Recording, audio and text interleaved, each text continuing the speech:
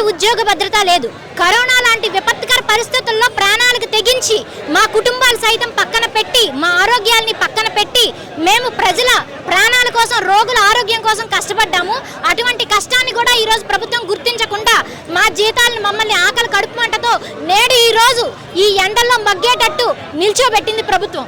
ఒక్కసారి మా పరిస్థితిని గవర్నమెంట్ వద్దకు తీసుకెళ్తారని మీడియా వారిని అందరినీ ఈ సభాముఖంగా వినయపూర్వకంగా కోరుకుంటున్నాం. చంద్రబాబు నాయుడు గారు యోగాంధ్ర కానీ ఇవాళ 300 కోట్లు ఖర్చు పెట్టారు. మరి మీకెందుకు కానీ కనీసం ఒక 50 కోట్లు 100 కోట్లు ఇస్తే కష్టాలు చేస్తారు కదా. ఎప్పుడో అలాంటి స్కీములకి వాటికి పెడతారండి. మా ఆకలి కడుపు మంటలకి ప్రభుత్వానికి గుర్తు ఉండదండి. మా దాంట్లోనే మా ఆరోగ్య శాఖలోనే లక్షల్లో జీతాలు వచ్చే రెగ్యులర్ ఎంప్లాయీ జీతాలు ఒక్క నెల ఆపి చూడమనండి ఏమవుతుందో. కానీ మా ఈ చిన్ని జీతాలని ఆపడానికే బడ్జెట్లు సరిపోవు. బడ్జెట్లు ఉండవు ప్రభుత్వానికి మా చిన్ని జీతాలు ఆపడానికే. మా దగ్గరకు వచ్చినప్పటికీ అన్ని రకాల బడ్జెట్లు గుర్తొస్తాయి. లక్షల జీతాల్లో మాత్రం ఇవ్వడానికి ప్రభుత్వానికి ఎటువంటి అసౌకర్యాలు ఎటువంటివి ఉండవు.